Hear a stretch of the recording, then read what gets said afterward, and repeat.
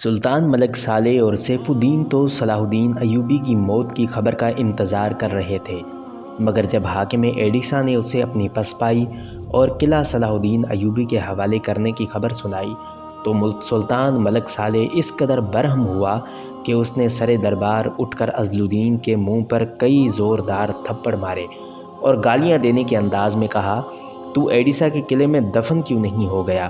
بغیرت، تو نے سلطان عادل کی عظیم میراث کو اتنی آسانی سے دشمن کے حوالے کر دیا۔ عزل الدین بھرے دربار کے سامنے اپنی یہ توہین برداشت نہ کر سکا اور اس نے انتہائی جرات اور بے باکی کے ساتھ سلطان ملک صالح کی آنکھوں میں آنکھیں ڈالتے ہوئے کہا، سلطان عادل کی عظیم میراث کو گنوانے کا ذمہ دار میں نہیں، آپ اور آپ کے چچا زاد بھائی سیف الدین ہے۔ میں نے کئی بار قاصد بھیجا حلب اور موصل کی فوجیں پشت سے صلاح الدین پر حملہ کر دیں۔ اس حملے کے نتیجے میں یا تو والی مصر محاصرہ اٹھا کر واپس چلا جاتا یا پھر آمادہ جنگ ہو جاتا، جس کے نتیجے میں حلب، موصل اور ایڈیسا کی فوجیں مل کر اسے شکست سے دوچار کر سکتی تھیں، ورنہ کم سے کم اتنا ضرور ہوتا کہ صلاح الدین ایوبی کے لشکر کا ایک بڑا حصہ تباہ و برباد ہو جاتا اور پھر وہ آپ کے علاقوں پر حریصانہ نظریں ڈالنے کے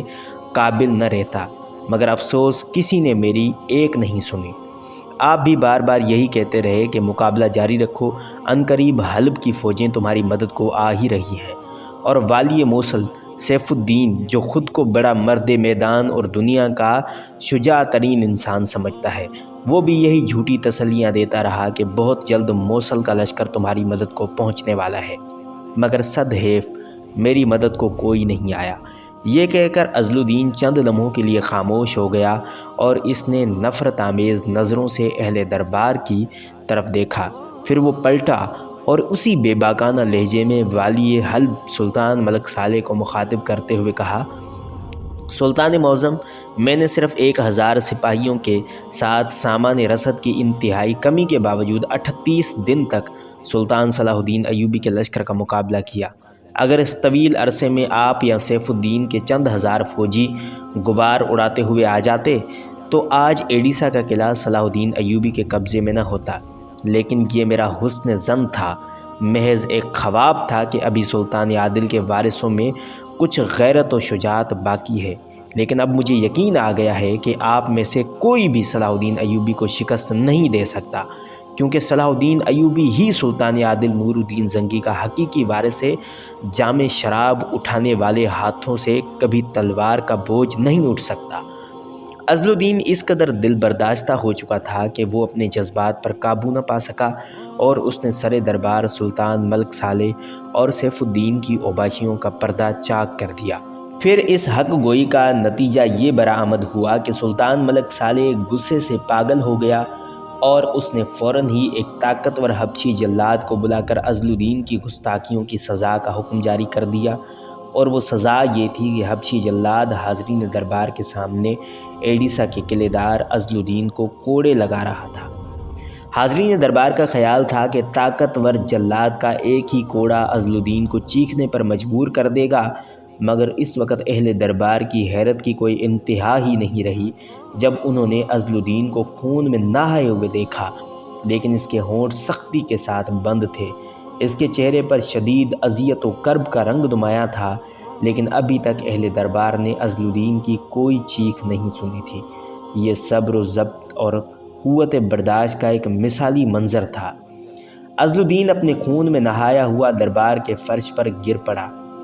اور سلطان ملک صالح بار بار اس سے کہہ رہا تھا، اگر تو میرے قدموں پر سر رکھ کے اپنے اس گناہ کی معافی مانگ لے تو میں تجھے زندگی بخش دوں گا۔ عزل الدین اس قدر زخمی ہو چکا تھا کہ اس میں بولنے کی بھی طاقت نہیں رہی تھی، پھر بھی ایڈیسا کے قلعے دار نے اپنی تمام تر اعصابی قوت کو سمیٹ کر لڑکھڑاتی ہوئی زبان سے آخری الفاظ ادا کیے، اگر معافی مانگنی ہوتی تو پھر سچ بولتا ہی کیوں؟ اللہ تعالیٰ سلطان عادل نور الدین کے حقیقی وارث سلطان صلاح الدین ایوبی کی حفاظت کرے۔ یہ کہتے ہوئے عزل الدین بے ہوش ہو گیا اور اسی بے ہوشی کی حالت میں اس کی موت واقع ہو گئی۔ سلطان ملک صالح نے عزل الدین کے گستاخانہ کلمات کے اثرات کو زائل کرنے اور دوسرے امراء پر اپنا رعب و جلال قائم رکھنے کے لیے عزل الدین کی لاش کو حلب کی گلی کوچوں میں ایک عبرتناک منظر بنا کر گھمایا۔ عزل الدین کی لاش کے ساتھ سلطانی نقیب بلند آواز میں صدائیں لگاتے جاتے تھے، یہ اس منافق کی سزا ہے جو سلطنت نوریہ کا غدار تھا۔ سلطان ملک صالح نے عزل الدین کو قتل کر کے اپنے غصے اور نفرت کی آگ تو ٹھنڈی کر لی تھی، مگر ایڈیسا کے ہاتھ سے نکل جانے کے باعث وہ بہت زیادہ خوف زدہ ہو گیا تھا، اور اب وہ صلاح الدین ایوبی کی گرفت سے بچنے کے لیے نئی منصوبہ بندی کر رہا تھا۔